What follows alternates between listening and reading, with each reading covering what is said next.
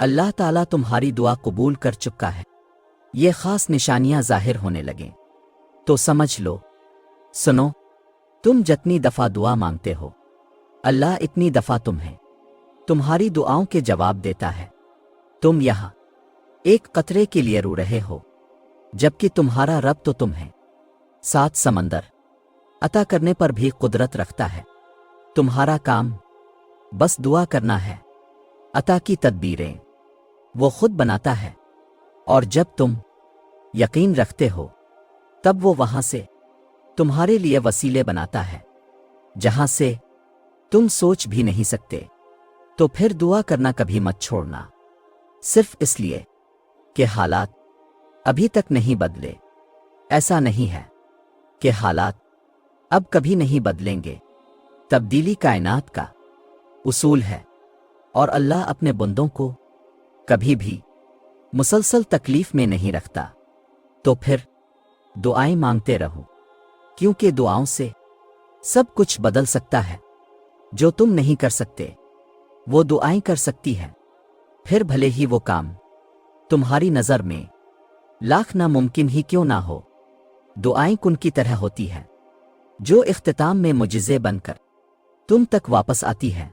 اور سنو، دعائیں بہت خاص اور اہم ہوتی ہیں، ان کو بے فائدے نہ سمجھا کریں۔ جب اللہ تعالیٰ دعائیں قبول کرتے ہیں نا تو نصیب کا لکھا بھی بدل جاتا ہے۔ تو یقین سے دعا کریں اللہ تعالیٰ سے کہ وہ دعائیں ضرور قبول کرتا ہے۔ اور جانتے ہو، دعا تمہاری چاہت کا تم سے ہر فاصلہ مٹا سکتی ہے۔ جو نامکمل ہیں ان کہانیوں کو مکمل بنا سکتی ہے۔ دعا نہ الفام سے ہی امید کا نیا چراغ جلا سکتی ہے جو تکلیف دیتا ہے تمہیں۔ ہر وہ خیال تمہارے دل سے نکال سکتی ہے۔ دعا چاند کو 2 ٹکڑوں میں تقسیم کر سکتی ہے۔ دعا سمندر کو 2 حصوں میں بانٹ سکتی ہے۔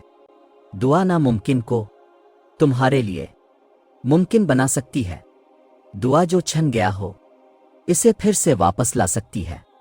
اور وہ دعا جو من سے نکلتے ہی قبولیت کے مراحل میں داخل ہو جاتی ہے، وہ ٹوٹے ہوئے دل کی دعا ہے۔ بس پھر جو مانگ لیا جاتا ہے اس کی عطا میں دیری نہیں کی جاتی۔ پھر وہ شے بھلے ہی تمہارے نصیب کا حصہ نہ ہو۔ کیا تم نے سنا نہیں؟